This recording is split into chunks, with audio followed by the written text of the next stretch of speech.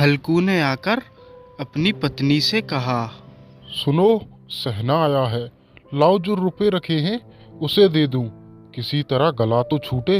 मुन्नी झाड़ू लगा रही थी, पीछे हटकर बोली, 3 ही तो रुपए हैं, दे दोगे तो कंबल कहाँ से आएगा? माह पूस की रात खेत में कैसे कटेगी? उससे कह दो फसल पर देंगे, अभी नहीं। हल्कू एक दिशा में खड़ा रहा और सोचने लगा। पूस की रात सर पर आ गई। वह किसी भी तरह खेत में रात को बिना कंबल के नहीं रह सकता, मगर सहना मानेगा नहीं, घुड़कियां जमाएगा और गाली देगा। बला से जाड़ों में मरेंगे, लेकिन सिर से बला तो टल जाएगी। यह सोचता हुआ वह अपनी पत्नी के करीब आया और खुशामद करके बोला, ला दे दे, गले से बला तो छूटे, कंबल के लिए कोई दूसरा उपाय सोचूंगा। तभी मुन्नी बोलती है, कर चुके दूसरा उपाय, जरा सुनूं तो, क्या उपाय करोगे? कोई खैरात में दे देगा क्या कंबल? न जाने कितना कर्ज बाकी है जो चुकने को नहीं आता। मैं कहती हूँ तुम ये खेती छोड़ क्यों नहीं देते? मरमर काम करो और उपज आए तो उसे भी बाकी में दे दो। बाकी चुकाने को ही तो हमारा जन्म हुआ है। ऐसी खेती से बाज आए, मैं रुपए ना दूंगी ना दूंगी। हल्कू उदास होकर बोला, तो क्या गालियां खाऊं? गालियाँ क्यों देगा? उसका राज है क्या? ये कहने के साथ उसकी तनी हुई भौहें ढीली पड़ गईं। हल्कू के वाक्य में जो कठोर शब्द था, उसने पैसे लाकर हल्कू को दे दिए। पैसे देकर और फिर वो हल्कू से बोली, तुम छोड़ दो यह खेती, मजदूरी से कम सुख की एक रोटी खाने को तो मिलेगी, किसी की धौंस तो ना रहेगी। अच्छी खेती है, मजदूरी करके लाओ और वह भी उसी में झोंक दो और उस पर भी धौंस। हल्कू ने रुपए लिए और इस तरह बाहर चला मानो जैसे अपना दिल निकालकर देने जा रहा हो। उसने मजदूरी से एक एक पैसा काटकर 3 रुपए कंबल के लिए जमा किए थे और वे भी आज निकले जा रहे थे। उसका माथा भी उसकी गरीबी से दबे जा रहा था। पूस की अंधेरी रात, आकाश में तारे भी ठंड से ठिठुरते हुए नजर आते थे। हल्कू अपने खेत के किनारे ईख के पत्तों की छतरी के नीचे बांस के खटोले पर पुरानी गाड़ी की चादर ओढ़े पड़ा कांप रहा था। खाट के नीचे उसका संगी कुत्ता जबरा पेट में मुंह डाले सर्दी से कूं कूं कर रहा था। दोनों में से किसी एक को भी नींद ना आती थी। क्यों जबरा, जाड़ा लगता है? कहा तो था घर में प्याल पे लेटा रहे, यहाँ क्या लेने आया था? अब खाओ ठंड, मैं क्या करूं?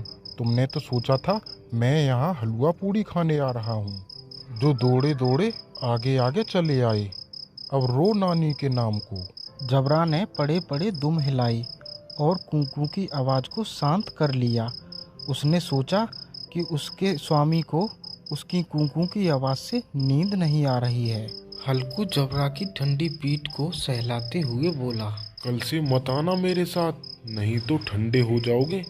अब देखो हवा भी कितनी बर्फीली चल रही है। उठूं फिर एक चिलम भरूं, किसी तरह रात तो कटे। 4 चिलम तो पी ही चुका हूँ, ये खेती का मजा है। और एक भगवान ऐसे पड़े हैं जिनके पास जाड़ा जाए तो गर्मी से घबरा कर भागे। मोटे मोटे गद्दे लिहाफ कंबल मजाल है, जाड़े का गुजर हो तो जय तकदीर की खूबी। मजदूरी हम करें और मजा दूसरे लूटें। फिर हल्कू ने चिलम भरी और चिलम पीते हुए जबरा से कहा, ले पिएगा चिलम, जाड़ा तो क्या जाता है, लेकिन थोड़ा मन बदल जाता है। आज और जाड़ा खा ले, कल से मैं यहाँ प्याल बिछा दूंगा, फिर उसमें घुसकर बैठना, फिर जाड़ा ना लगेगा। जबरा ने अपने पंजे उसकी घुटनों पर रख दिए और अपने मुंह को उसके मुंह के पास ले गया। जबरा की गर्म सांस हल्कू को बहुत ही अच्छी लगी। चिलम पीकर हल्कू फिर लेटा और निश्चय करके लेटा कि अब के चाहे कुछ भी हो, मैं सो जाऊंगा। पर एक ही क्षण में उसके दिल में कंपन होने लगा। कभी इस करवट लेटता, कभी उस करवट लेटता। जब किसी तरह ना रहा गया तो उसने जबरा को अपनी गोद में ही सुला लिया। कुत्ते के शरीर से न जाने कैसी दुर्गंध आ रही थी, पर कुत्ते को अपनी गोद में चिपटाए हुए वो ऐसे सुख का अनुभव कर रहा था जो उसे महीनों से ना मिला हो। जबरा ने किसी जानवर की आवाज़ सुनी और वह झपटकर उठा छपरी के बाहर आकर भूखने लगा। वफादारी उसके अंदर महीनों से ना मिला हो। जबरा ने किसी जानवर की आवाज़ सुनी और वह झपटकर उठा, छपरी के बाहर आकर भूखने लगा। वफादारी उसके अंदर दौड़ रही थी। हल्कू ने कई बार उसे बुलाने की भी कोशिश की, लेकिन वो आता और पल भर में फिर से बाहर निकलकर भौंकने लगता। इस प्रकार 1 घंटा और गुजर गया। रात ने ठंड को हवा से धधकाना शुरू किया। हल्कू का पूरा बदन ठंड से बिल्कुल सुन्न हुआ पड़ा था। उसके पास में एक आम का बाग था। पतझड़ शुरू हो गया था, पत्तियों का ढेर लगा हुआ था। उसने सोचा, आम के बाग में पत्ते बटोरकर आग जलाकर तापूं। उसके बाद वो आम के बाग में ही पत्तियां बटोरने के लिए चला जाता है। फिर आग जलाकर दोनों तापने लगते हैं। क्यों जबरा, अब तो ठंड नहीं लग रही? ये उपाय पहले नहीं सूझा, वरना इतना जाड़ा क्यों खाती?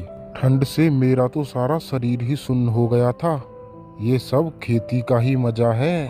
तभी जबरा को कुछ जानवरों की आवाज़ सुनाई देती है और वो दौड़कर जाता है। लेकिन आग की गर्मी को छोड़कर हल्कू का मन उठने को बिल्कुल भी नहीं करता है और वो वहीं बैठा रहता है। खेत में कुछ जंगली जानवर आ जाते हैं और वह खेत को खाने लगते हैं।